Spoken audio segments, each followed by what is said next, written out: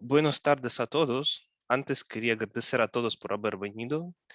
Hoy nuestro invitado es el orador honorario, Dr. Jorge Luis Conde Grandos. Es el jefe del Departamento de Asuntos Jurídicos Sentis en Perú, socio de consultora Conde Grandos Asociados, abogado, miembro del grupo de expertos que dio el anteproyecto de reforma de la Ley General de Sociedades peruano, presidente del Centro de Estudios de Sociedades, catedrático de la Universidad San Martín de Porres. Es un honor para nosotros tenerla aquí. Le entrego la palabra, Jorge Luis. Muchísimas gracias, Egor. Voy a intentar hablar mediano en cuanto al español. Definitivamente para mí es una primera experiencia este tema de gracias a la tecnología.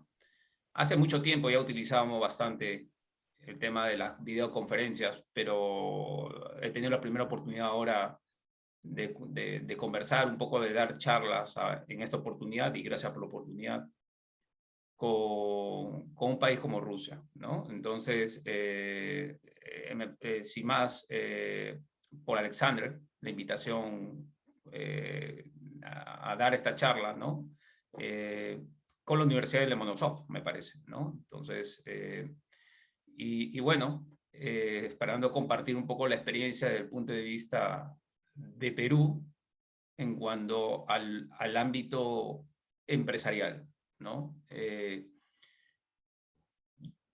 Básicamente voy a dar una mirada, será una especie de 1 hora y media, y encantado de poder responder y de hacer estos lazos desde el punto de vista académico, sino también profesional, de ser el caso de ahora en adelante, ¿no? Muchas gracias, Egor, y muchas gracias a la Universidad de Lomonosov. ¿Podría compartir un poco la pantalla para presentar el corto PPT que...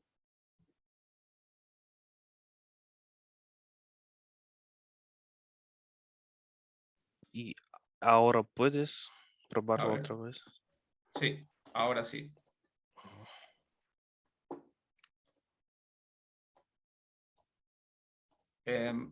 Me parece que se ve, ¿verdad? Sí, sí, se Sí, ve. ok. Bueno, básicamente voy a dar un vistazo, o por decir un marco general, a los aspectos medulares o centrales, o aspectos de fondo de la legislación societaria que de alguna manera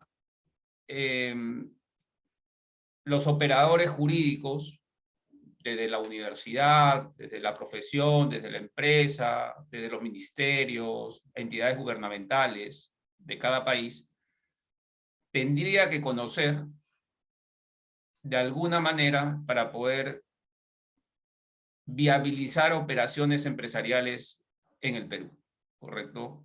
El marco jurídico por excelencia en el Perú es la Ley General de Sociedades, que se compone de más de 440 artículos y algunas disposiciones transitorias, y que está de alguna manera conectada con algunas otras regulaciones de carácter sectoriales, ¿no? Pero no voy a entrar a ingresar a las demás regulaciones sectoriales.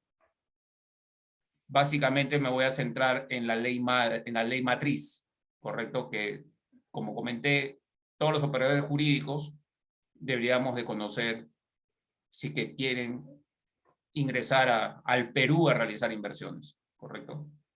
Ok. Bueno, ¿cómo es la actividad empresarial peruana?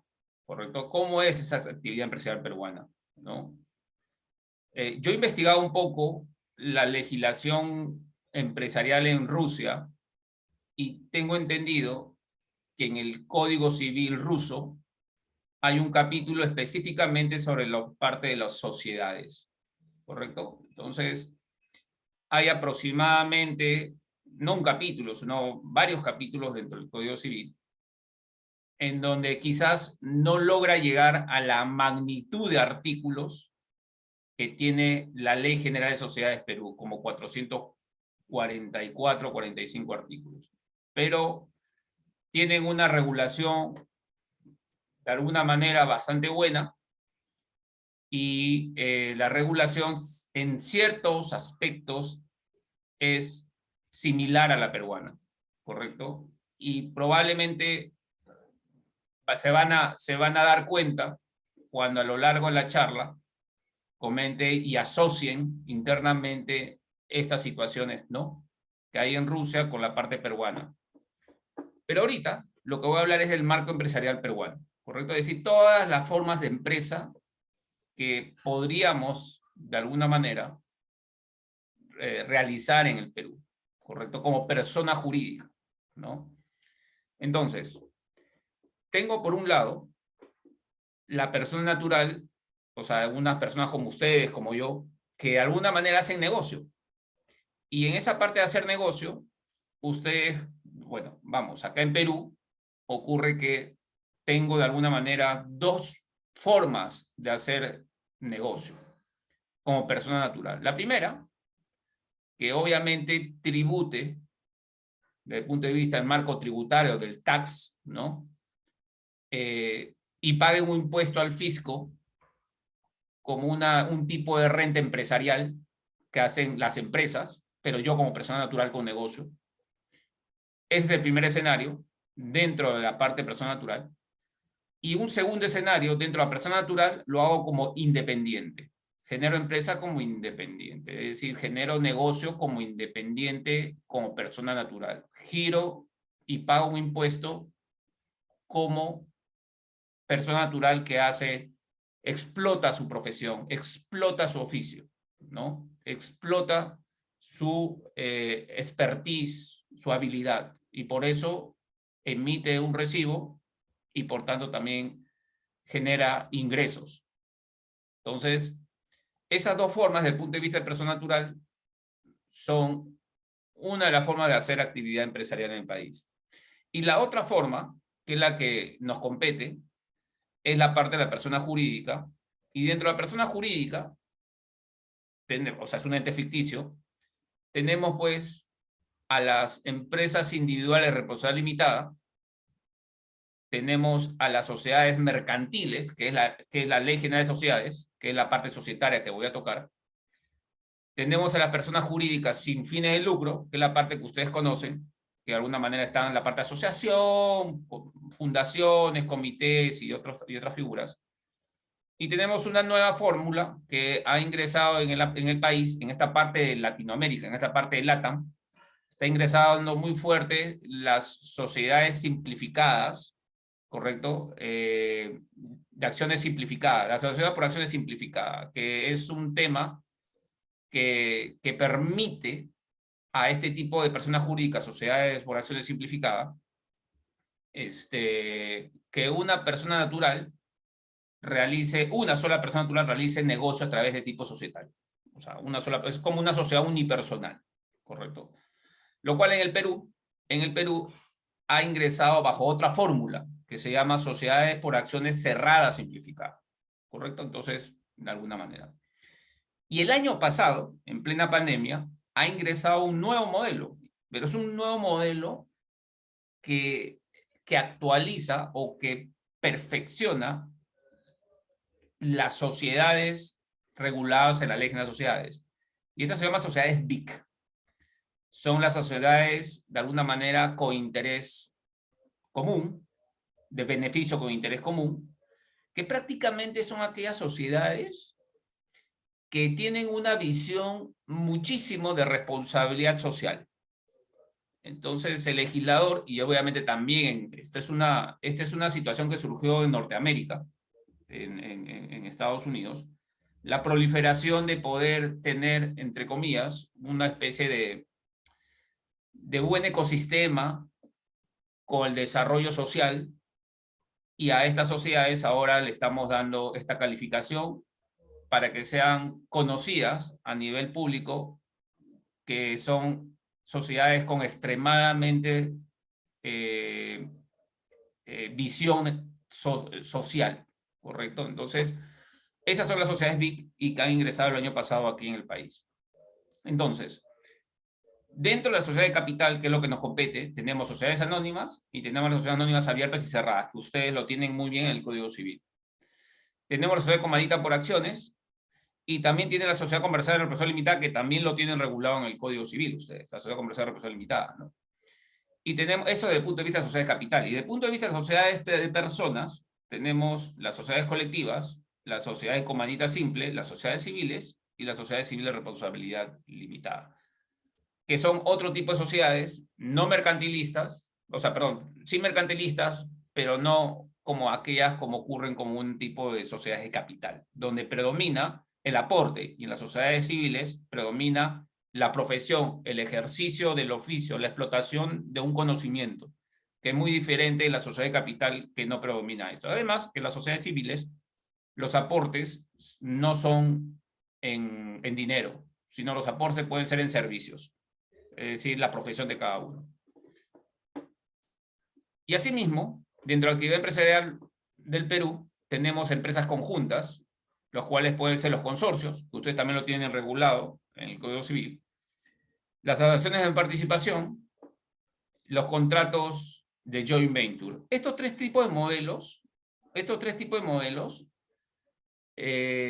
son contratos, pero el legislador peruano ha incorporado como contrato, como dentro de la Ley General de Sociedades, a los contratos consorcio y asociación de participación como el término de contratos asociativos. Es decir, son sociedades que se asocian para realizar un fin o una explotación de un negocio, de un objeto y todo lo demás, ¿no? Dejando el tema del joint venture, que de alguna manera es una figura que no se ha incorporado como tal en la legislación societaria, pero que sí se ha incorporado en una legislación denominada la legislación minera, es decir, en el ámbito de las minas. Como ustedes sabrán y conocen, el tema minero en Rusia también es bastante fuerte, así como el sector hidrocarburos, entonces, o energético. Entonces, el joint venture se aplica mucho en el Perú en estos sectores, energéticos, mineros, gasoductos, ¿no? Pero que no está, pero que es una actividad empresarial, pero que no está, como comento, catalogada como en el ámbito societario, ¿correcto? Y finalmente venimos con las sociedades mineras, que es un tipo de sociedades explícitamente para este tipo de empresas mineras que quieren de alguna manera desarrollar algún greenfield minero o algún brownfield minero, es decir, proyectos mineros de gran envergadura. Entonces le da la posibilidad de que se haga una actividad empresarial, se junte como una empresa, a través de un mecanismo contractual o a través de un mecanismo legal. Eso está regulado en una Ley General de Minería que data del año 92. Es decir, vamos, tiene como 30 años, 92, 2002, 2012. Sí, 30 años tiene esa norma y hasta ahora no la actualizan. Pero bueno, nosotros vamos a sostener la parte societaria, que es lo que me parece más importante, ¿no? Entonces, dentro de la parte societaria hay una situación medular, ¿correcto? Que es la parte de conocer cuáles son esas reglas aplicables a todas las sociedades en el Perú. Pero claro, no voy a hablar acerca de casi los 50 artículos, ¿no? Voy a, obviamente, involucrarme en unas 5 o 6 artículos preponderantes que es necesario que se conozca. Y la primera parte es justamente hablar de los convenios de accionistas, que lo más probable, ustedes han escuchado hablar de los pactos para societarios, o los pactos de accionistas, o los shareholders agreements, ¿no? Entonces, esta figura aquí en Perú está regulado como esta parte de un convenio, de un contrato. Entonces, ¿en qué consiste este pacto de convenio de accionistas en el ámbito peruano? Es en que socios, todos los socios de una sociedad, sea anónima, o sea sociedad mercantil o sociedad civil, regulada en cualquiera de las formas que hemos hablado hace un momento, dentro de la Ley General de Sociedades, todos los socios de cualquiera de estos tipos de modalidades societarias, o parte de los socios, o todos los socios con un tercero o parte de los socios con un tercero pueden celebrar convenio de socios o convenio de acciones para poder regular sus actividades dentro del pacto, pero que no vayan en contra de los estatutos de la sociedad y dentro de la Ley General de Sociedades, dentro del marco de la Ley General de Sociedades peruana. Entonces, es un contrato satelital, es decir, para nosotros es una especie de contrato satelital, satelital porque está de alguna manera fuera de la esfera del estatuto y del pacto, pero que irremediablemente, por decir, conectado directamente sí en cuanto a la aplicación y al ejercicio de las actividades de los socios respecto a la sociedad. Entonces, un ejemplo. Hay un ejemplo en que todos los socios deciden de alguna manera suscribir un convenio de accionista muy aparte del estatuto y del pacto social que creó la sociedad para poder regular de alguna manera algunas limitaciones a la libre transmisibilidad de las acciones. Entonces, ¿cuándo es que cuáles son las condiciones para aplicar la libre transmisibilidad de las acciones? Es decir, restringir la transmisibilidad de las acciones son en estas condiciones. 1, 2, 3, 4, 5. Eso es un pacto y eso es un documento aparte de lo que está regulado en el estatuto y en el pacto social. Ese es un ejemplo, y como también puede haber otro tipo de ejemplos de convenio accionistas. Por ejemplo, una cláusula tajalón, una cláusula de arrastre, una cláusula drajalón, una cláusula de adhesión ante una situación de venta de las acciones de quienes han suscrito el pacto. Es decir, hay diferentes tipos de cláusulas, ¿correcto? Pero lo importante es el núcleo, que es el convenio accionista, es decir, que cualquier persona que venga del extranjero y quiere invertir en el país y está mirando alguna empresa en el Perú, tranquilamente les puede tocar la puerta y decir, me interesa ingresar a tu sociedad, pero antes de ingresar a la sociedad, quiero firmar un pacto de accionistas, un convenio de accionistas o un shareholder agreement, ¿no? Entonces, esa es una primera indicación. La segunda, que es una situación adicional, es el tema del objeto social. O sea, dentro de nuestro objeto podemos hacer todo tipo de negocios. O sea, podemos tener un objeto principal y unos objetos de negocio alternos. Pero también puedo poner objetos principales de negocios, es decir, varios objetos principales. ¿Correcto? El único detalle es que tengo que describir explícitamente el negocio dentro de mi objeto. ¿Qué quiere decir? Si yo voy a dedicarme al negocio inmobiliario, al negocio de la construcción y al negocio de, digamos, de realizar proyectos arquitectónicos, inmobiliarios, construcción, arquitectónicos, entonces yo tengo que considerar la descripción de estos tres negocios dentro de mi objeto. Si es arquitectónico, entonces tengo que describir el objeto, se va a dedicar al objeto de arquitectura, tales como, vamos, diseño, gráfico, implementación de la arquitectura, servicio, etc. Si me voy a dedicar a la inmobiliaria, ahí nuevamente tengo que hacer desarrollo del proyecto, compra de insumos, compra-venta de terrenos, realización de la maqueta, es decir, todo, ¿no? Y si me dedico al término de la construcción, pues, de alguna manera, decir de que producción del material, construcción, edificación, suministro de los insumos para poder colocar toda la parte constructiva. Entonces, esos tres negocios aparentemente son mis negocios principales, pero obviamente tengo que describir las actividades principales dentro de cada uno de esos negocios que están dentro de mi objeto. ¿Puedo colocar un solo objeto? Sí, también puedo colocar solamente de manera general algo, pero claro, o sea, si lo dejas muy general, probablemente puedas tener en la operatividad algunos problemitas, ¿no? Entonces, lo importante es dejarlo descrito, cada negocio que me voy a dedicar. Otros temas adicionales son la figura de la responsabilidad. Cuando estamos hablando de una sociedad anónima, y eso ocurre también ustedes ahí en el Código Civil ruso, que la responsabilidad de los socios es hasta el límite de sus aportes, ¿correcto? O sea, es eso, en una sociedad anónima. Sin embargo, también habla en el Código ruso, también en el ámbito peruano, acerca de que la responsabilidad puede ser de manera ilimitada en tanto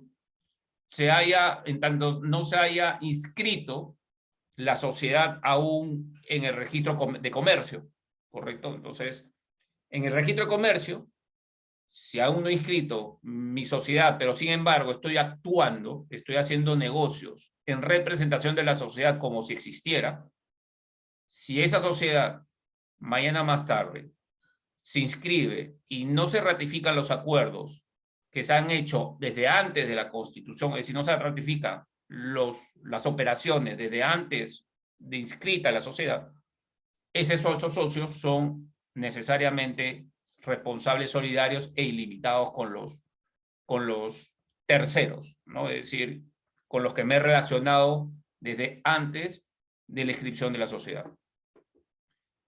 Otro tema importante también es el tema de los aportes. O sea, yo puedo aportar pues un bien mueble, puedo aportar pues dinero en efectivo, puedo aportar un bien inmueble, pero también el tema de los aportes, también se puede incorporar aquí en la legislación peruana pues el tema de aquellos aportes que no necesariamente son tangibles, sino también pueden ser intangibles. Cuando hablamos intangibles, estamos hablando de aquellos aportes que de alguna manera no son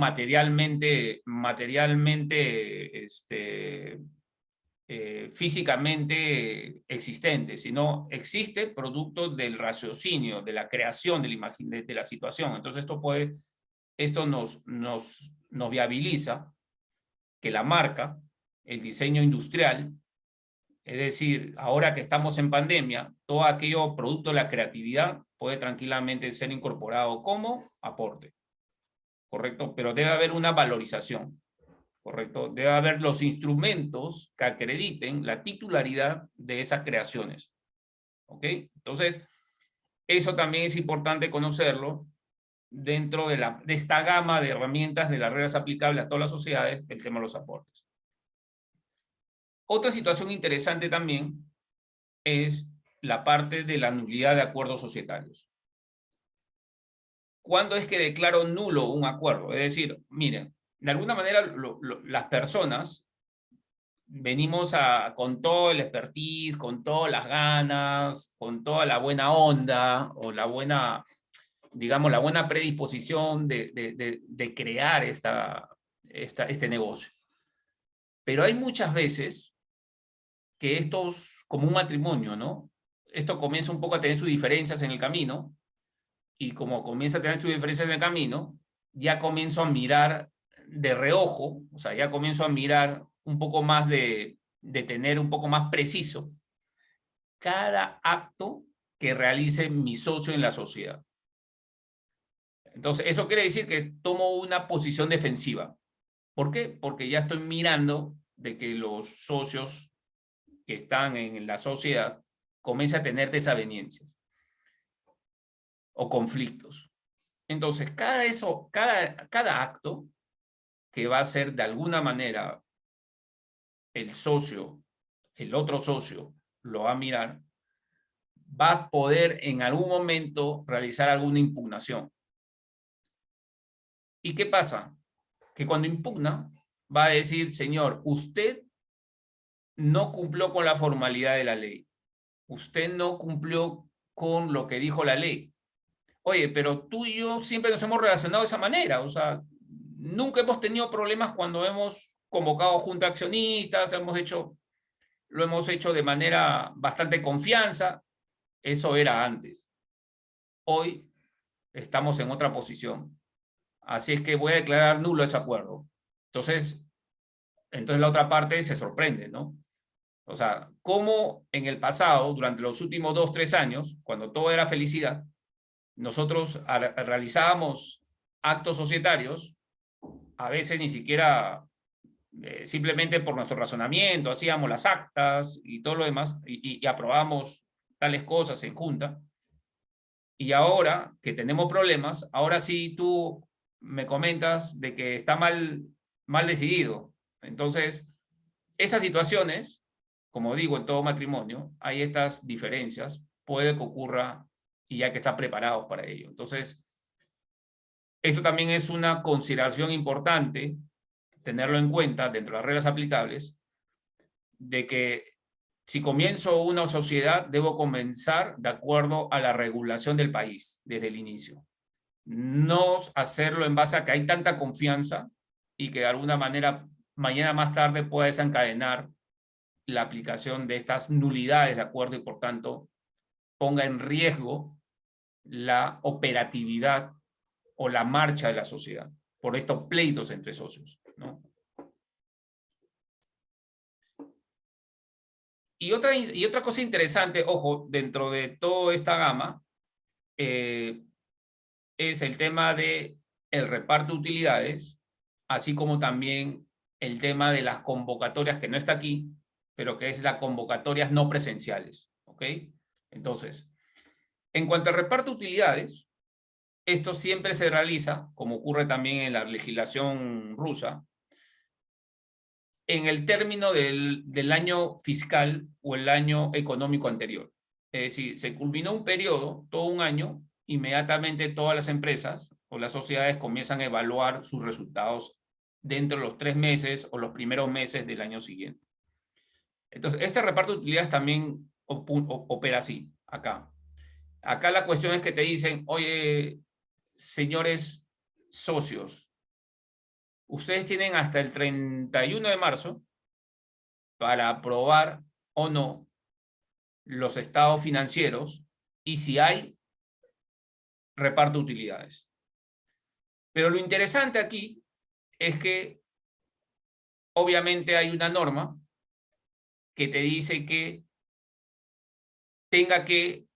una norma no societaria, es una norma aparte, ¿correcto? Laboral, porque el reparto de utilidades también opera para los trabajadores, ¿correcto? Con un determinado número de colaboradores. Si, por ejemplo, somos colaboradores más de 20 en una empresa, entonces ya la sociedad, siempre y cuando arroje beneficios, van a tener la obligación de repartir utilidades, ¿correcto?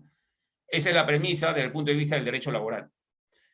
Pero desde el punto de vista societario hay que estar preparados. Pero lo interesante ahí es que no hay una penalidad en la ley general de sociedades que te diga o que te castigue de que tú hasta el 31 de marzo no hayas celebrado tu junta obligatoria anual. O sea, no hay eso. Lo que hay es que, oye, hay una situación de diligencia, hay una situación de transparencia. Pero claro, tampoco podemos pretender hacer una junta obligatoria anual en el mes de julio, porque ya habría pasado más de 6 meses, ¿no?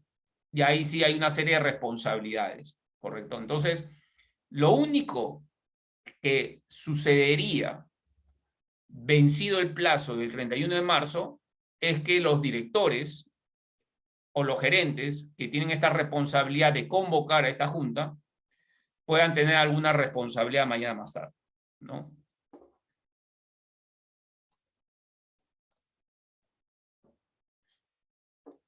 La otra situación que me parece importante conocer dentro de la parte del derecho societario son estos órganos de gobierno, ¿correcto? Que son los órganos de administración. O sea, ¿qué es? Los derechos de los socios, que es el órgano de propiedad, y su actuación en la junta de accionistas, el directorio como tal, ¿correcto? Y la gerencia. Estos son otros 3 órganos de gobierno, pero claro, lo dividimos de esta manera, ¿no? El órgano de propiedad, que son los socios, o los accionistas, es una sociedad anónima, y los órganos de administración, que es el directorio y la gerencia. ¿Correcto? Entonces, nosotros en el ámbito societario, en el Perú, en la sociedad anónima normal, en la SA, lo mismo opera en Rusia, tenemos los 3 órganos de gobierno, la junta de socios, directorio y gerencia. ¿Correcto? Sin embargo, al igual que allá en Rusia, tenemos un determinado tipo societario que no necesariamente involucra al directorio. Es decir, solamente a los socios y a la gerencia. ¿Correcto? Entonces, dicho esto, dentro de la figura de los socios en la junta de accionistas, tenemos algunos derechos por parte de los socios. Y los principales derechos van a ser el derecho al voto, que son derechos políticos, el derecho económico, que es el derecho a recibir utilidades, el derecho a convocar a junta de accionistas a solicitud de un grupo de socios que representan no menos del 20% de acciones con derecho a voto, el derecho a la protección de las minorías, el derecho a adquisición preferente. O sea, tenemos esos derechos, desde el punto de vista de los socios, principales derechos, ¿correcto? Ah, y el derecho a la información, que me parece también súper interesante, el derecho a la información. Y es aquí donde involucro, en esta segunda parte, que es los órganos de gobierno, traigo a colación el artículo o la parte pertinente de las reglas aplicables que no comenté y que ahora lo comento, que es la convocatoria o las sesiones o las juntas no presenciales de accionistas. ¿Ok? ¿Qué es lo que pasa?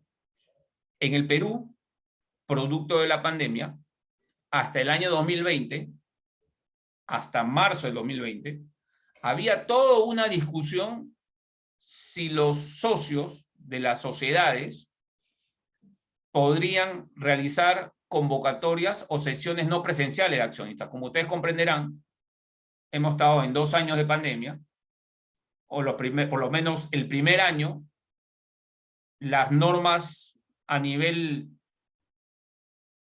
Perú comenzaron a ser bastante rápidas, cambiantes, como ocurrió en todos los países. Y una de estas situaciones fue justamente la parte empresarial, la parte de los socios. ¿Cómo acerca por él? ¿Correcto? Porque no podían reunirse físicamente.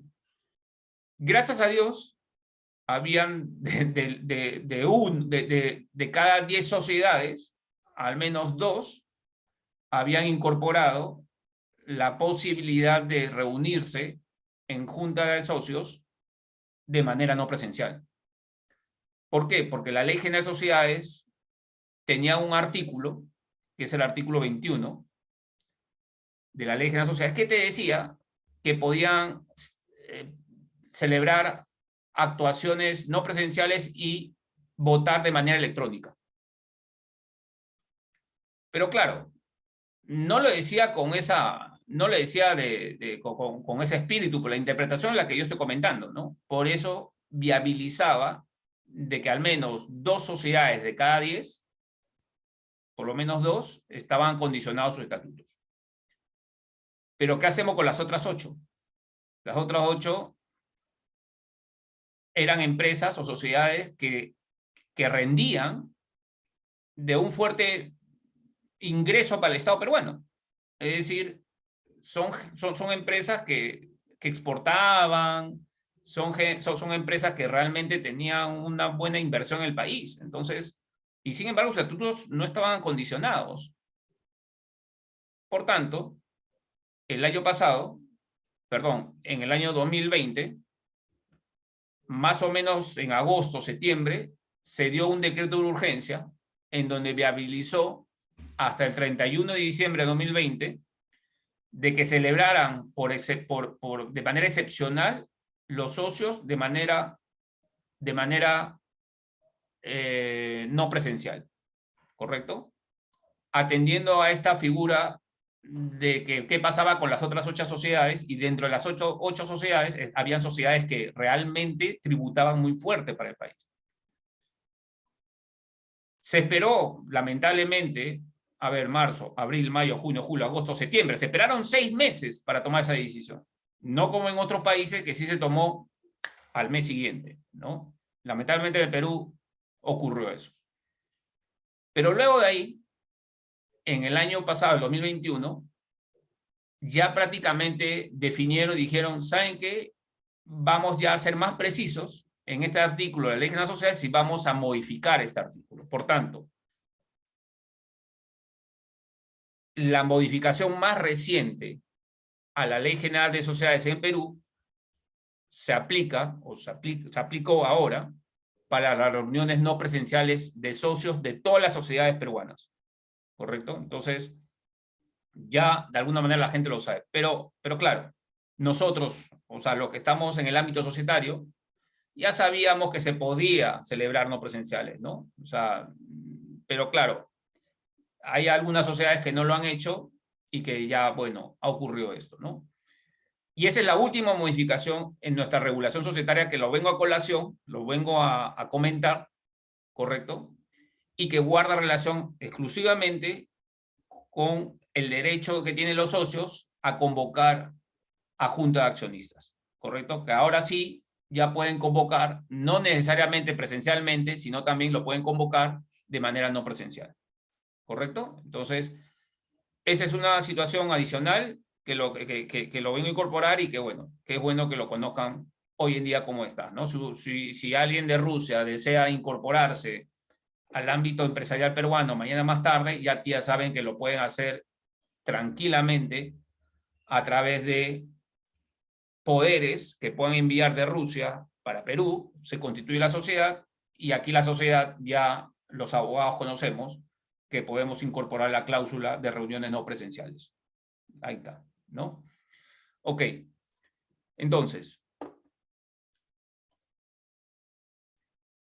tal como comenté, el derecho a la información es un tema muy importante de los accionistas, porque la ley aquí en Perú te dice, oye, socio, tú tienes dos formas de ver las informaciones.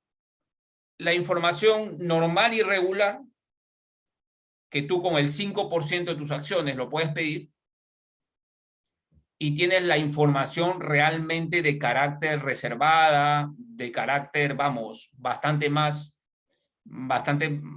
delicada, ¿no? Información es delicada, producto ya de la gestión propia del control. Eso no le puedo dar a alguien de 5% o menos del 5% de acciones, porque no sabemos finalmente qué va a hacer con la información. Entonces, en el Perú se ha regulado de que el accionista que tenga como mínimo el 25% de acciones con derecho a voto va a poder pedir este tipo de información. ¿Por qué? Porque cuando estamos hablando de este accionista que representa el 25% de acciones con derecho a voto, es un accionista de control. Cuando hablamos de control, estamos hablando, es un accionista con una buena posición en la sociedad y que además tiene la particularidad de que teniendo este 25% o este porcentaje de acciones, pueda también incluso convocar a junta de socios, ¿correcto?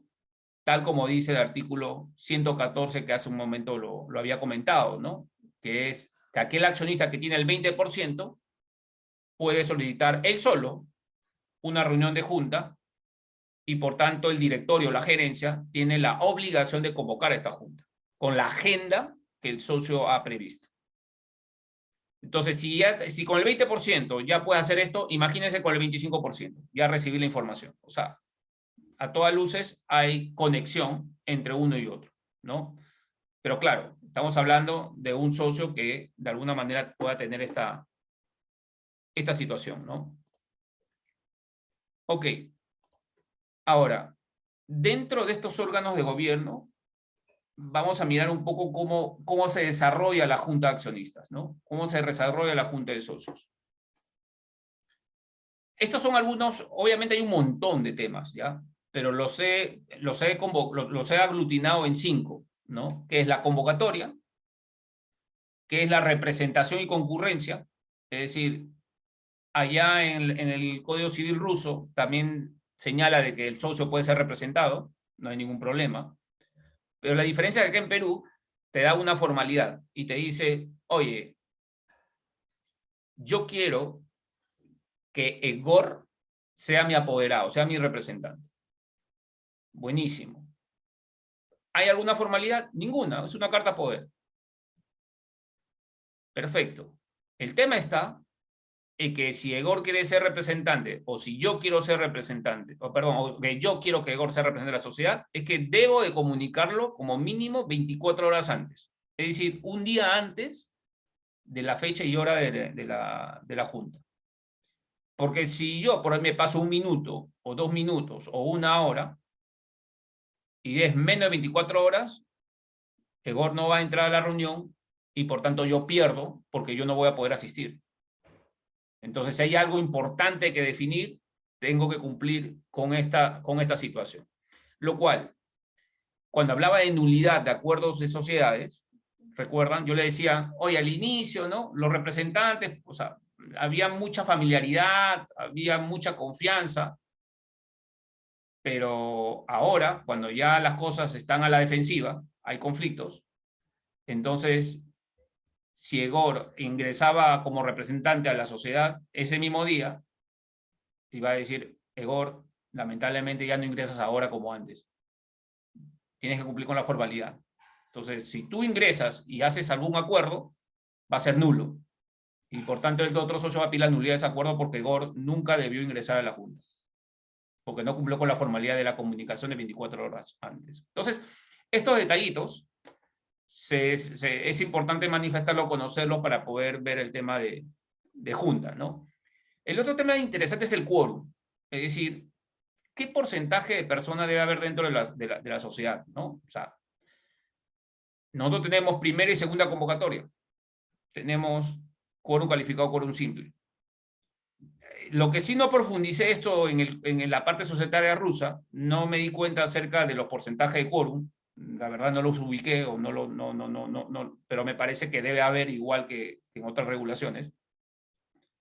Entonces aquí hay quórum, pero lo interesante acá es que tenemos quórum en primera convocatoria y en segunda convocatoria que representan 1 o 2 tercios de la presencia de accionistas y en una segunda los 3/5. Ahora, estamos hablando de quórum calificado para temas muy importantes o trascendentales de la ley, o sea, que señala cada regulación. Sin embargo, ¿puedo establecer quórum más altos? Sí, puedo establecer quórum más altos. Correcto, no hay ningún problema. Y finalmente, la otra situación adicional es cuando nos encontramos en junta de accionistas conflictivas. Puedo llevar a un notario.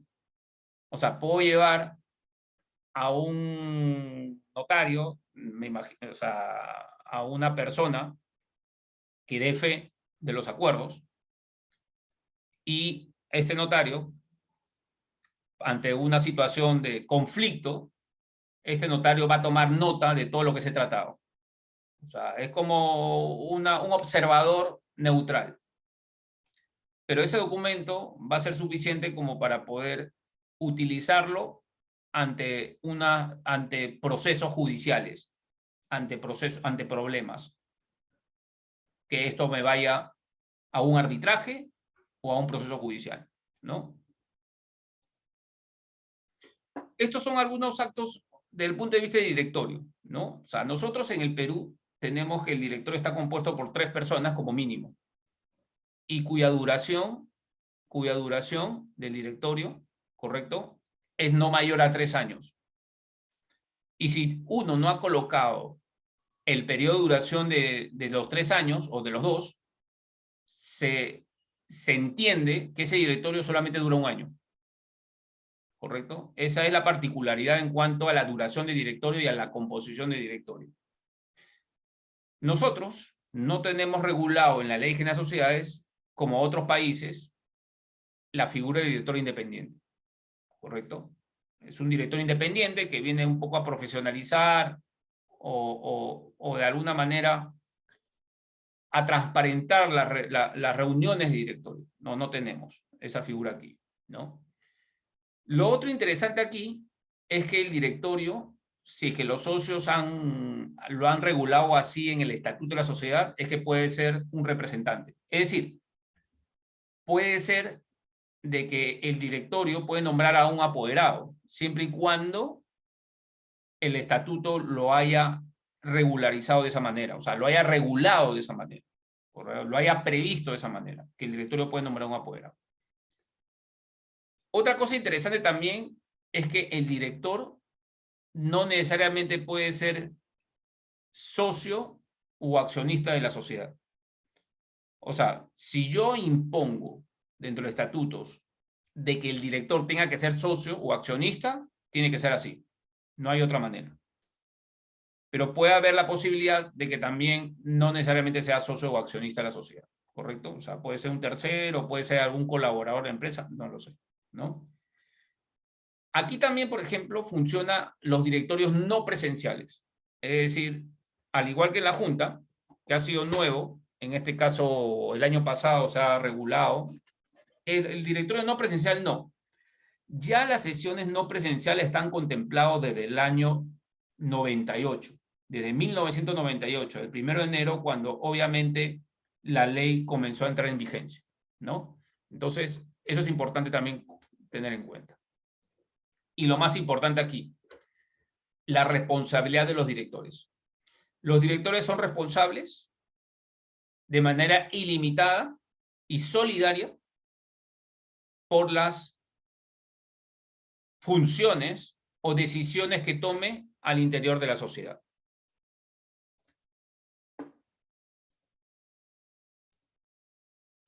Ok.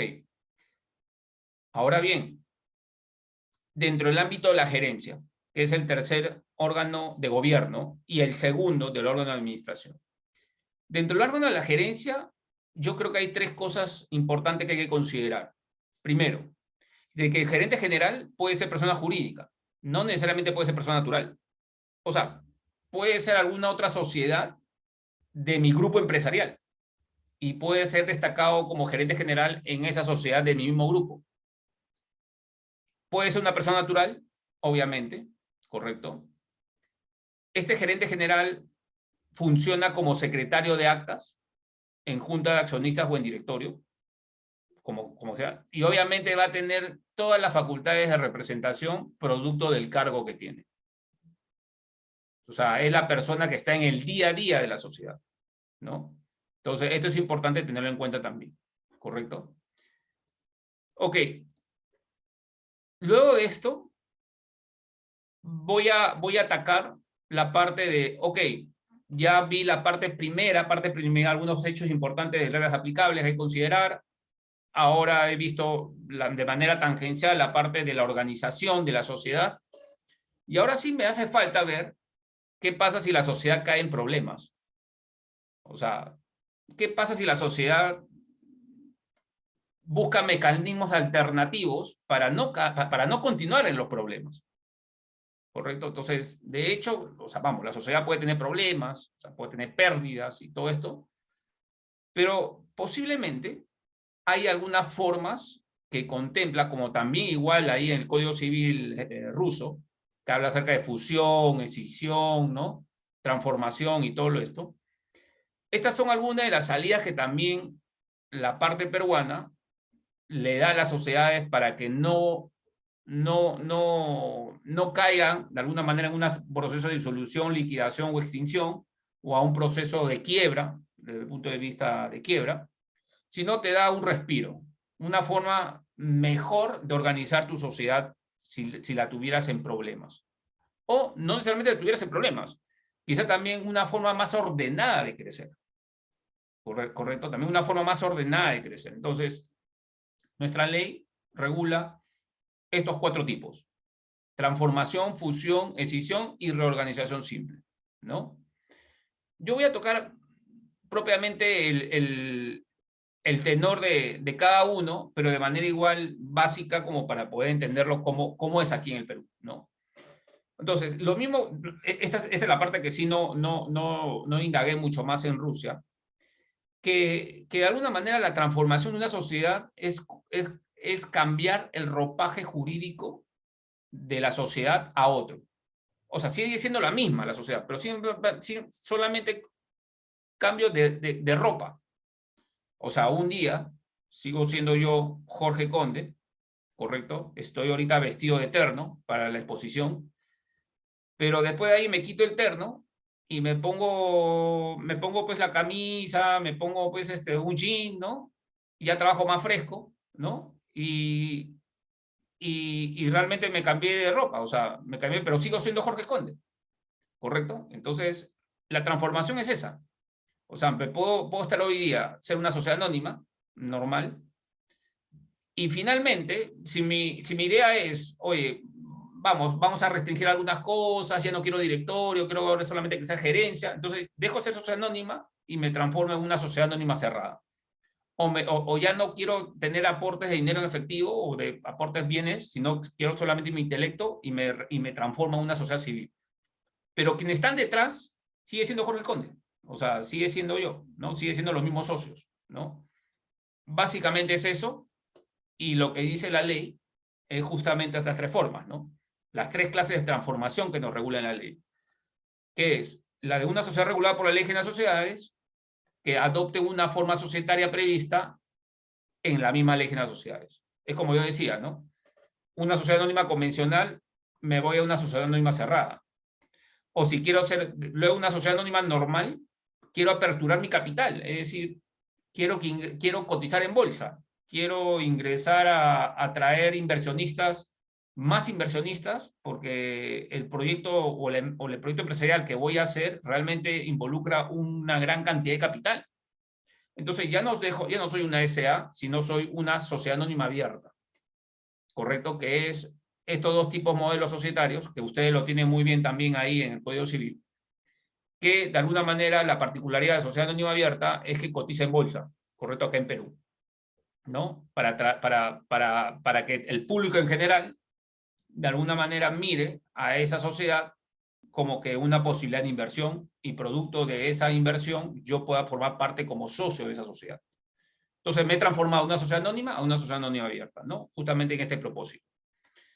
Tengo la otra figura, que es justamente de la persona jurídica, no sociedad, con una sociedad regulada por la ley general de sociedades, es decir, una sociedad anónima que se quiere convertir o transformar en una asociación, o que se quiera convertir a una empresa individual de representación limitada, que es otro tipo de persona jurídica, otro tipo de empresa, no, o sea, pero son dos situaciones totalmente diferentes. La sociedad anónima regulada en la ley general de sociedades y la empresa individual de representación limitada regulada en su propia ley, una IRL.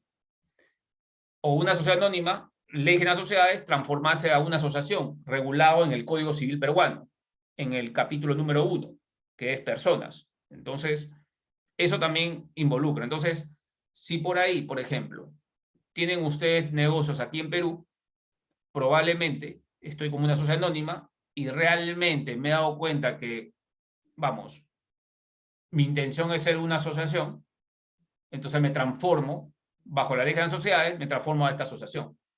¿Por qué? Porque de alguna manera no hago una liquidación, simplemente los aportes que había en la sociedad anónima se van a constituir como contribuciones en el otro, pero claro, la connotación jurídica, como dije, el repaje jurídico es diferente, pero en el fondo siguen siendo los mismos adentro de estas personas, ¿no? Entonces, y obviamente la continuidad de las obligaciones que tenía esta sociedad anónima va a ser asumidas por la asociación en la cual me estoy transformando. Y bueno, y tengo la otra figura, que es cualquier persona jurídica constituida en el Perú que se adopte alguna de las formas societarias de la ley, ¿correcto? Entonces, como ustedes bien lo han visto, ¿no? Tienen asociación, fundación, comités, puedan constituirse en alguna sociedad anónima aquí en el país, ¿no?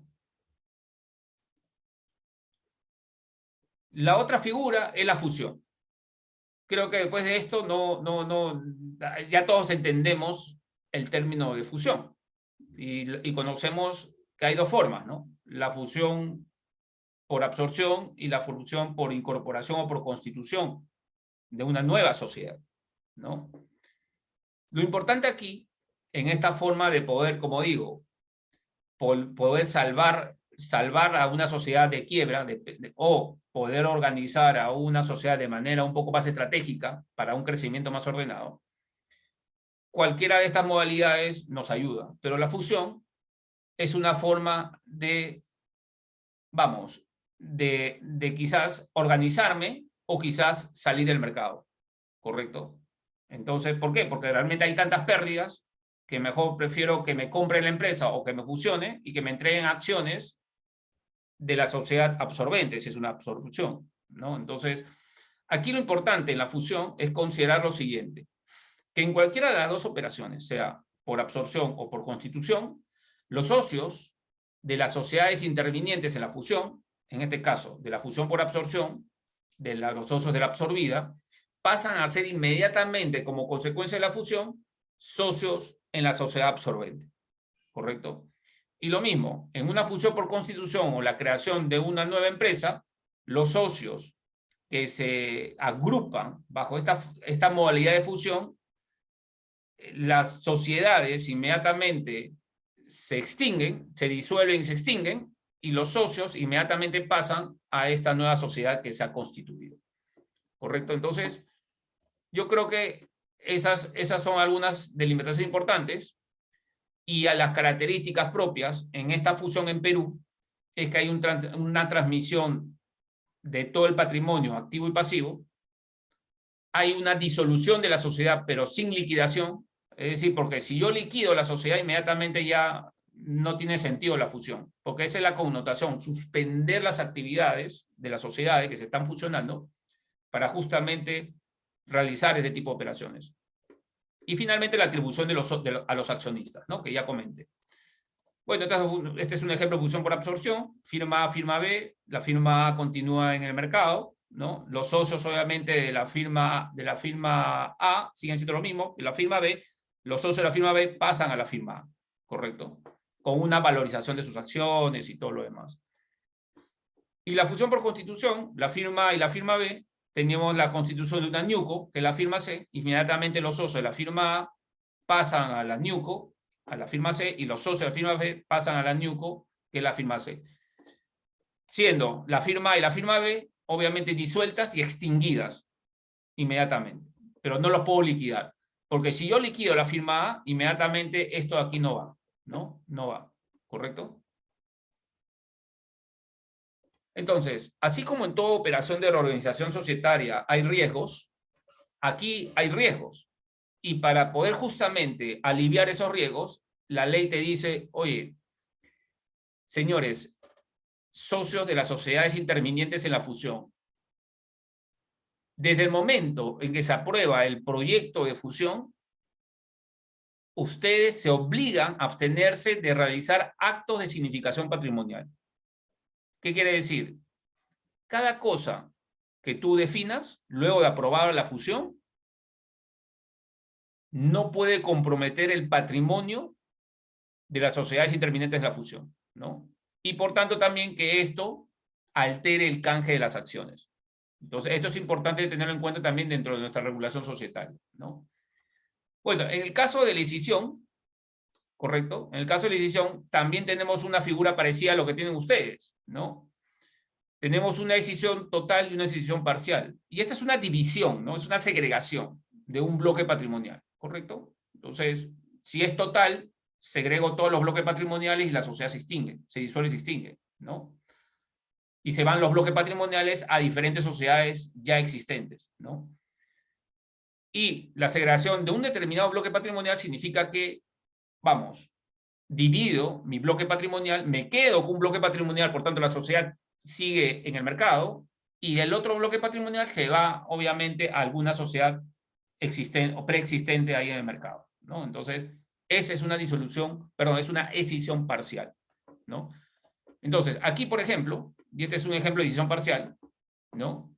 Ustedes tienen una fecha de 6 de julio de 2020, ¿no?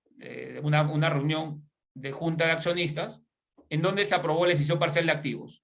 Esta es una empresa ahí donde tiene, obviamente, activos en materia, o sea, tiene bloques patrimoniales en materia minera, en materia inmobiliaria y en materia de oficina, y transfiere sus bloques patrimoniales, en este caso, la parte minera, a una nueva sociedad que se ha constituido, denominada Minera I. Lo mismo, los bloques patrimoniales de esta parte inmobiliaria, es como yo le decía, ¿no? El objeto de negocio, o sea, los objetos de la empresa I, acá tiene tres tipos, o sea, tres objetos principales. Dedicarse a la unidad minera, dedicarse a la unidad inmobiliaria y dedicarse a la unidad de oficina. Lo que ha decidido la empresa I es transferir los bloques patrimoniales, activos y pasivos, de la unidad minera y de la unidad inmobiliaria a empresas ya existentes, como es I Minera y como es I Inmuebles, ¿no? Entonces, quedándose la empresa ahí, obviamente, con la parte de la unidad de negocios de la oficina. Ya entiendes acá que la empresa ahí, obviamente, los accionistas de la empresa ahí van a ser socios en cada una de las empresas donde se han ido los bloques patrimoniales, ¿no?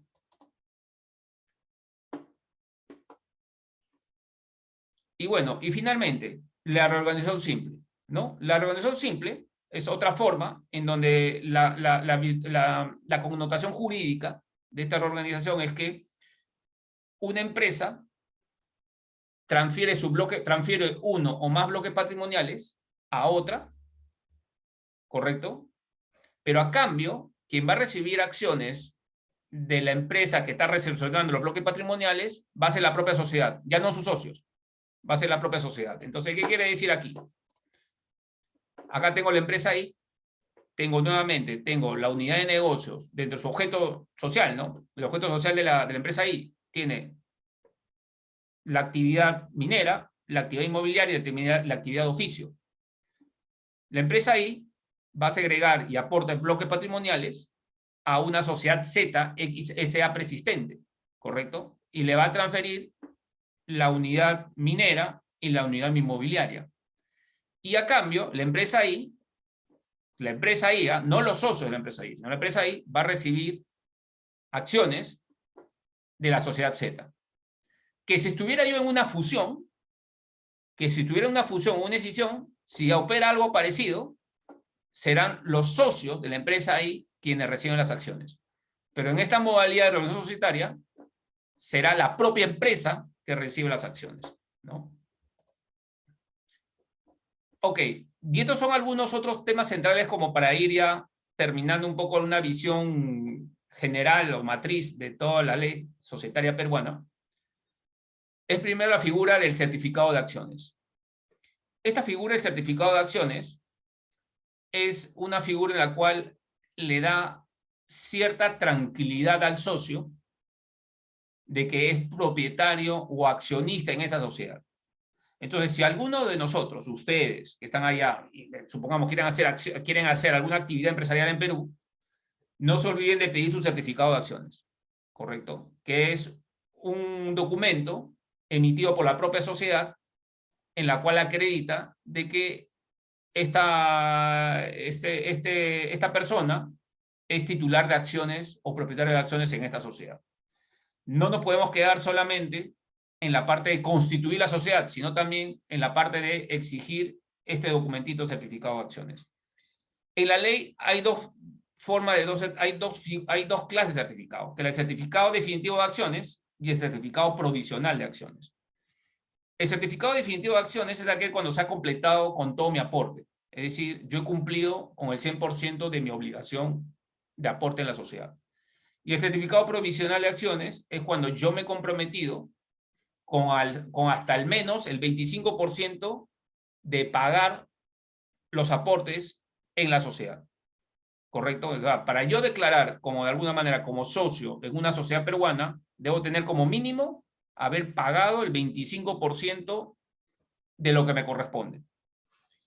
Y el otro 75% ya se negociará al momento de la constitución de la sociedad, se negociará con el otro socio, los otros socios, para ver en cuánto tiempo lo completo por pagar. Pero mientras me emiten mi certificado provisional de acciones.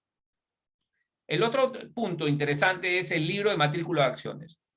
Así como aquí en Perú y allá también hay libros societarios, ¿correcto?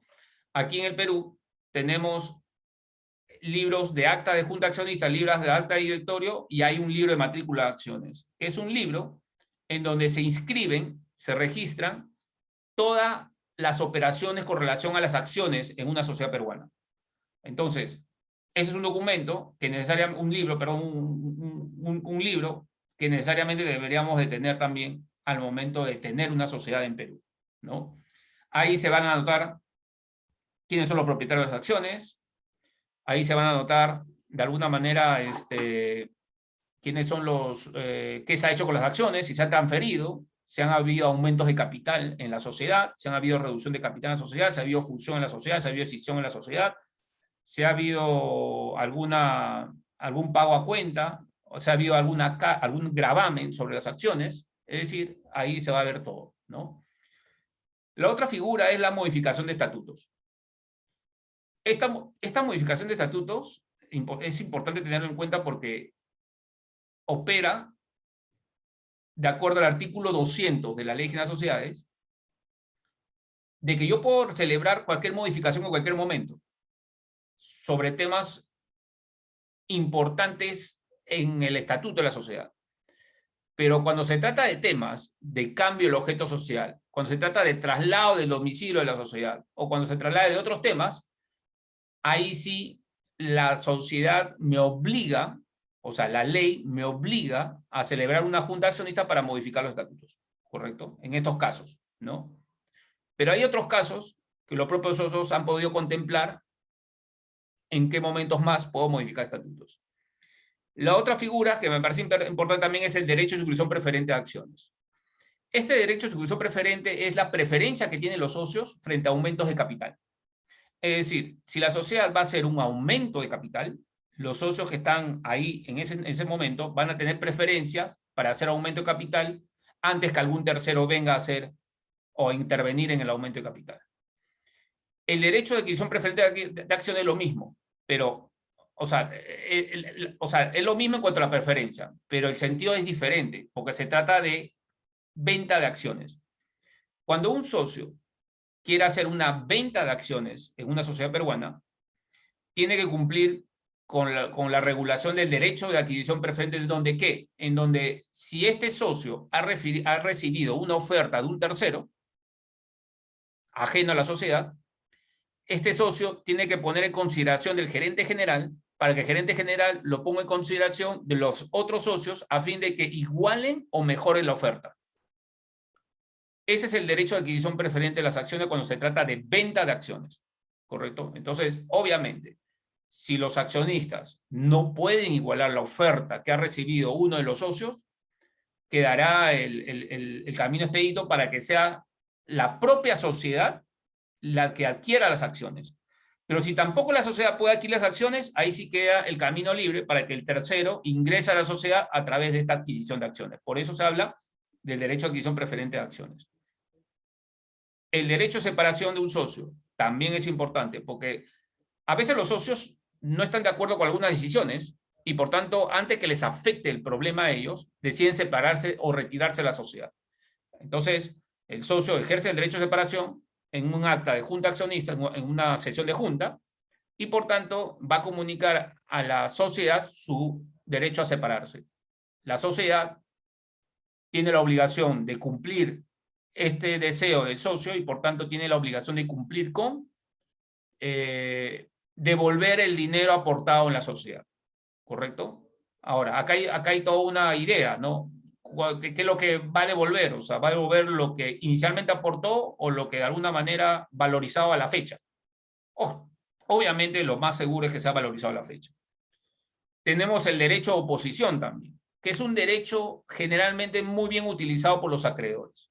Cuando hay sobre todo reorganizaciones, proceso de fusión o escisión, o también cuando hay una reducción de capital. También hay un derecho a oposición. Y hay otra figura. Esta figura es realmente horrible, ¿ya? Lo digo horrible porque realmente es complicado, ¿no? El tema de excluir un socio. La Ley General de Sociedades solamente faculta en dos tipos societarios la figura de excluir a un socio, que es en la sociedad anónima cerrada y en la sociedad comercial de responsabilidad limitada. Excluir un socio realmente es un castigo, es una penalidad, es una situación tan horrible como, por ejemplo, me obliguen a mí a expropiar mis acciones. Porque hay una figura en el derecho europeo que habla acerca de expropiación de acciones, porque hay socios minoritarios con un porcentaje menor al 5%, eso no recuerdo en qué regulación en Europa, creo que fue en España, en Italia o en Francia también, que hay de que, oye, hay socios minoritarios que están fregando mucho a los socios mayoritarios y que ya llegan a, o sea, fregando, estoy diciendo que están de alguna manera entorpeciendo las reuniones de junta. Entonces, esas regulaciones en Europa viabilizan de que hay tantas veces que ha ocurrido que llega el momento de expropiar sus acciones, con lo cual retiro al socio y le pago por esa expropiación a ese socio de acuerdo al valor de mercado de sus acciones en ese momento. Pero claro, es un castigo horrible.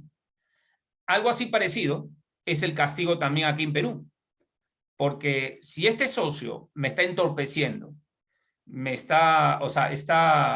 no ayuda en la realización o no colabora con la sociedad, en estos dos modelos societarios que he comentado, puedo excluir al socio, lo puedo retirar de la sociedad, ¿correcto?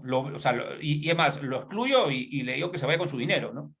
Por más que este socio tenga la intención de seguir en la sociedad, pero es una forma enérgica de hacerle valer al socio, decir, tú no puedes continuar con la sociedad porque realmente no colaboras, porque la sociedad es una colaboración, y finalmente estás entorpeciendo las actitudes. No te expropio, pero sí te digo que te vayas, ¿no? Ahora, esta figura de la exclusión de socios también lo puedo regular en una sociedad anónima normal, siempre y cuando el 100% de los socios hayan estado de acuerdo con incorporar esta figura de la exclusión. Y finalmente, el tema de la disolución, liquidación y extinción de sociedades, que creo yo es una figura que ya pasa por una serie de regulaciones en nuestra ley de sociedades, que es una forma apremiante o una forma de una manera que le puede obligar al socio a acudir a esto, que el propio Estado peruano te obligue también a acudir a esto, a una disolución, liquidación y extinción, o que de alguna manera, producto de las acreencias que tienes, también te obligues a acudir a este proceso de salida de mercado, ¿no? Entonces tienes estos tres escenarios. El primero, voluntario. El segundo, porque el Estado te obliga. Y tercero, porque legalmente has incurrido en alguna de las causales de disolución que obviamente opera a que se den los otros pasos como liquidación y extinción de sociedades. Entonces, eso también es importante tenerlo en cuenta. Bueno, y algunos temas en pandemia, con esto cierro, ¿ah? Espero no haber aburrido tanto a la audiencia, pero creo que son temas bastante centrales, matrices, dentro de la ley, porque hay un montón, son más de 440 artículos, pero he tratado de hablar lo más importante que hay que conocer, ¿no?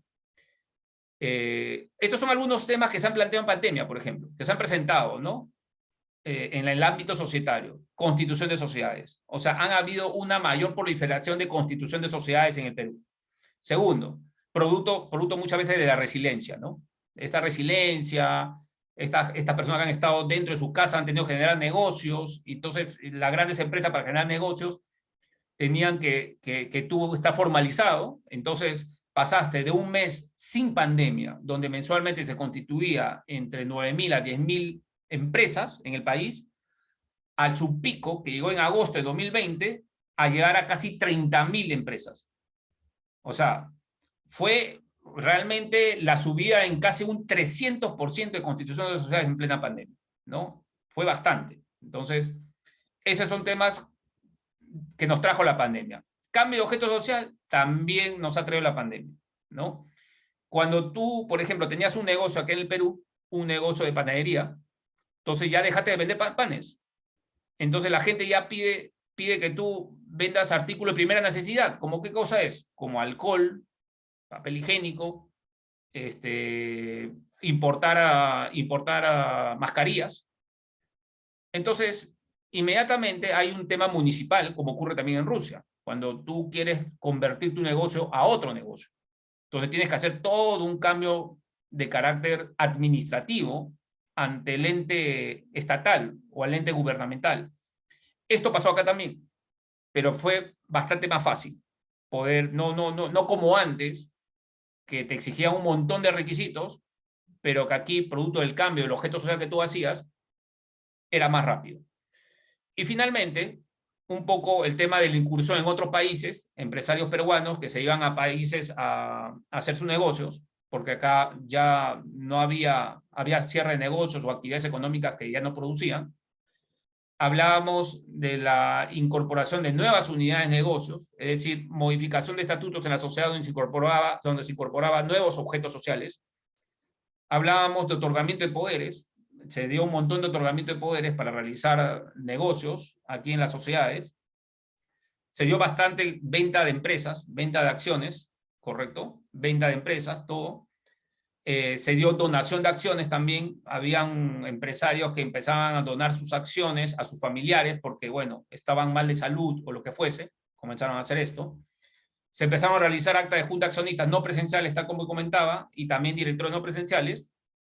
Se empezaron a hacer bastante lo que es la realización de pacto de accionistas, tal como comentaba hace un momento, de convenio de socios, de accionistas o shareholder agreements, producto entre los propios socios que están aquí en el país o extranjeros que venían al país, producto de que veían que era una buena plaza, ya que el Perú, de alguna manera, en el año 2020 perdió casi el 17-18% de su PBI, el Producto Bruto Interno, y por tanto era una plaza atractiva.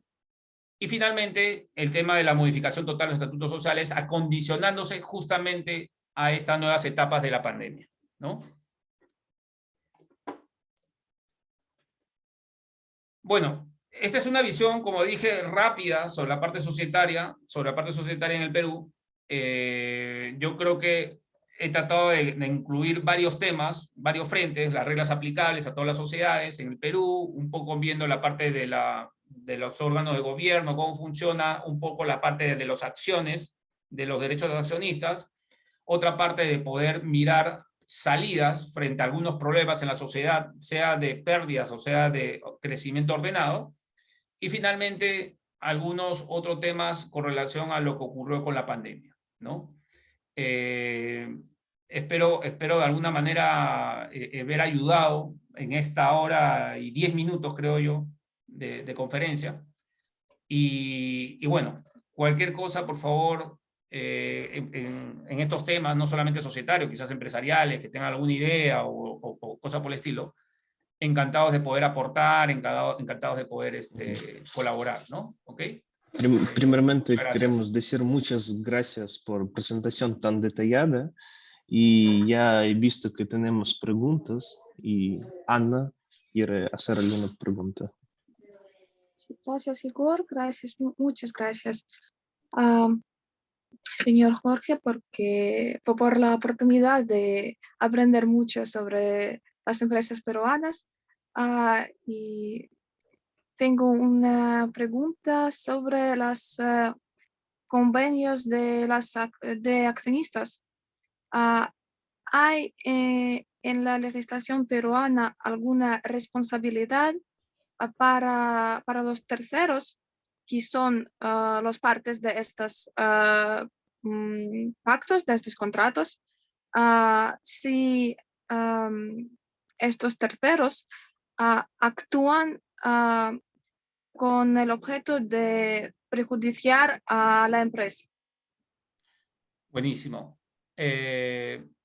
Gracias. ¿El nombre de Egor es Ana? Sí, sí. Ana, ok. Gracias, Ana. Mira, te comento. Como es un convenio, es un contrato entre privados, entre partes, terceros con socios, tienen la libertad, bajo la libertad contractual regulado en nuestro Código Civil, también el Código Civil ruso, que es libertad contractual, ¿correcto? Ellos pueden pactar dentro las responsabilidades que pueden tener cada uno y ejercer algún tema de penalidades dentro de este contrato.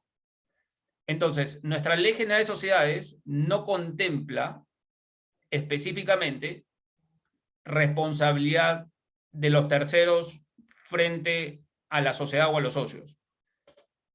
Pero como es un contrato, sí podemos aplicar las cláusulas de responsabilidad de indemnidad o indemnizaciones, o las cláusulas penales como la penalidad, en tanto el tercero incumpla algunas de sus obligaciones comprometidas en ese contrato de accionistas o en ese pacto de accionistas, ¿correcto? Yo he visto varios pactos, no solamente peruanos, sino brasileños, chilenos, españoles, bolivianos, ¿no? Entonces, se ha regulado internamente entre ellos las propias responsabilidades. ¿Por qué? Porque, como digo, no es un contrato típico el convenio de accionistas. Por tanto, la supletoria, o sea, la parte supletoria es donde me viabiliza acudir al Código Civil respecto a algún incumplimiento que haga este tercero en el pacto. ¿Ok? Entonces, ¿cuáles son esas garantías? Uno, la responsabilidad contractual por incumplimiento.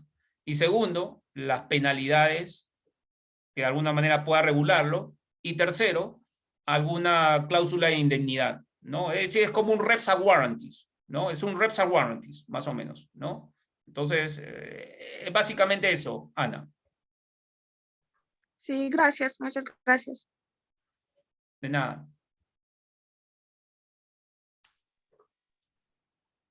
Hay una más pregunta, lo quiere hacer Maxim. Eso es, vamos a escuchar a Maxim. Muchísimas gracias por su discurso y tiempo para nosotros. Entonces, mi pregunta es, ¿qué forma de sociedad es preferible para las empresas de transporte de exportación? Buenísimo. Mira, son dos, Maxim, son dos, ¿ya? Y eso te lo digo por experiencia, porque hemos tenido acá, a ver, las empresas, si yo tengo un buen relacionamiento, Maxim, con mis pares en Perú, o sea, tengo mucha confianza, la sociedad anónima cerrada, que es la que te viabiliza tener socios y gerente nada más, y celebrar juntas de accionistas y directorios no presenciales, y que tú puedas tener el control de allá como socio mayoritario. Porque, por ejemplo, me pongo a pensar Rusia-Perú. Rusia-Perú, inversiones de Rusia quieren incorporarse en Perú a través de estas empresas de transportes de exportación. Entonces, ellos pueden, si tengo un par en Perú, que me parece súper confiable, me voy por una sociedad anónima cerrada en donde tengo solamente a un gerente y ese gerente puede ser mi par peruano a quien tengo mucha confianza. Pero claro, yo, Maxim, en Rusia, tengo el control de la empresa. Es decir, tengo la propiedad de más del 70-80% de la empresa. O sea, a mí no me la van a hacer, como decir, ¿no? O sea, yo voy a tener el control, yo voy a conocer todo. ¿Ok? Ahora, si de alguna manera estoy ingresando al mercado peruano y estoy evaluando, estoy conociendo y todo lo demás, Maxim, ahí sí, la sociedad anónima convencional, es decir, la sociedad anónima que tiene junta de accionistas, directorio y gerencia, el órgano intermedio que es el directorio, ahí sí es necesario que de alguna manera se incorpore. ¿Por qué? Porque tú estás evaluando la sociedad aquí en Perú, estás obviamente teniendo mucha información, estás de alguna manera construyendo la confianza, Maxim, estás construyendo la confianza en Perú. Entonces, este modelo societario de la sociedad anónima es justamente el camino para construir la confianza en Perú. Entonces, yo creo que constituir una sociedad anónima sería la más adecuada, o buscar quizás alguna empresa aquí donde invertir, pero que sea una sociedad anónima normal, ¿correcto? O sea, donde tenga junta, directorio y gerencia. ¿Ok? Muchísimas gracias. De nada. No puedo ver más manos, por eso de antemano nos han enviado muchísimas preguntas, pero a la mayor parte de ellos usted ya ha contestado, por eso nos quedan solo 3.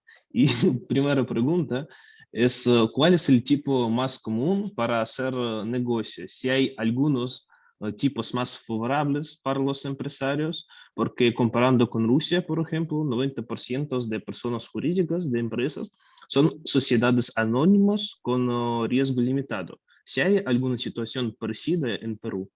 Sí, Egor, gracias por la pregunta. Efectivamente, aquí tenemos en el Perú, bueno, yo he formado parte de la Comisión de Reforma de la Ley General de Sociedades en Perú.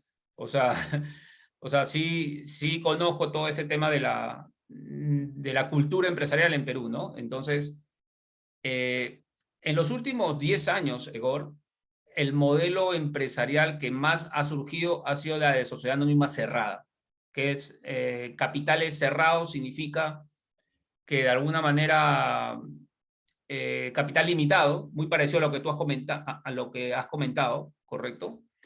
El cual de cada, diría yo, 7 o 6, vamos, 6 de cada 10 empresas son sociedades anónimas cerradas. Y de ahí ya se distribuyen entre sociedades anónimas normales, entre EIRLs, que es otro tipo, no es sociedad, pero es una persona jurídica, y demás otros modelos, ¿no? Entonces, tienes el 60% que es la gran cantidad, en este caso, la sociedad anónima cerrada, que es la que comentaba justamente a Maxim, ¿no? Que es esta figura de solamente tener el gerente, pero que se basa exclusivamente en el grado de paternidad, de confianza, de trusty, ¿no? Con la persona acá, ¿no? ¿Correcto? Sí. Muchas gracias. Segunda pregunta está relacionada con esto.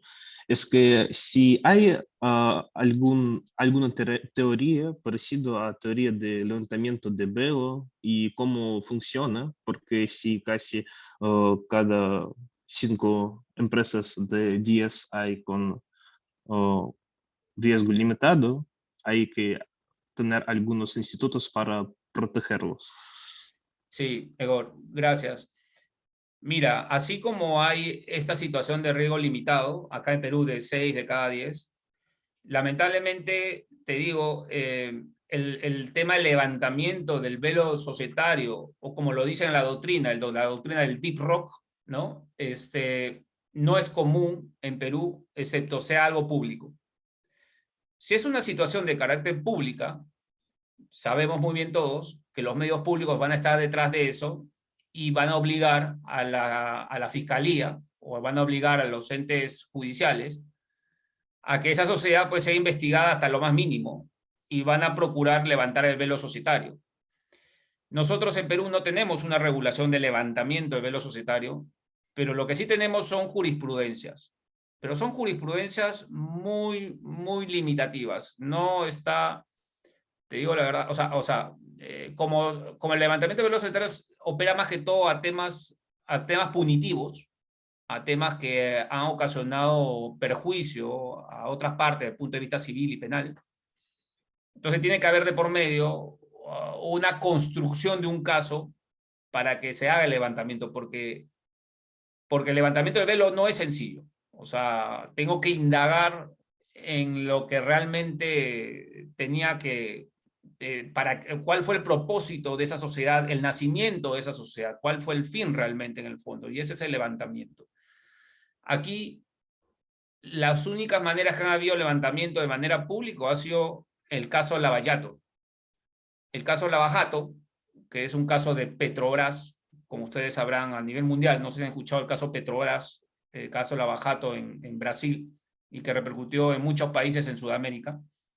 Aquí en Perú, obviamente, sí se está haciendo un levantamiento de todo esto, ¿no? Pero ha sido empujado por el tema de los medios, ¿no? Del ser publicitado. Pero si estamos hablando de sociedades pequeñas, sociedades que no son de carácter público o todo lo demás, es muy complicado hacer el levantamiento del velo societario. Muchas gracias. Y pienso que la última pregunta, según leyes de Perú, filiales y representaciones de alguna empresa extranjera confiesan como personas jurídicas o deben ser registrados como algunas empresas. Y también queremos escuchar sobre filiales y representantes, porque pienso que la situación es diferente. Sí, sí. A ver, justo hace un par de semanas nos pedían un apoyo para poder constituir una filial acá en Perú, que es muy diferente a las filiales de las sucursales, ¿no? O sea, las filiales no hay necesidad de constituir una sociedad, basta con que envíes el nombre y los poderes, obviamente apostillados o regularizados por el ente gubernativo de exteriores del país, y lo remitan aquí, en donde se está aprobando la constitución de la filial acá en Perú. Entonces, y se le otorga el poder a Jorge Conde, ¿no?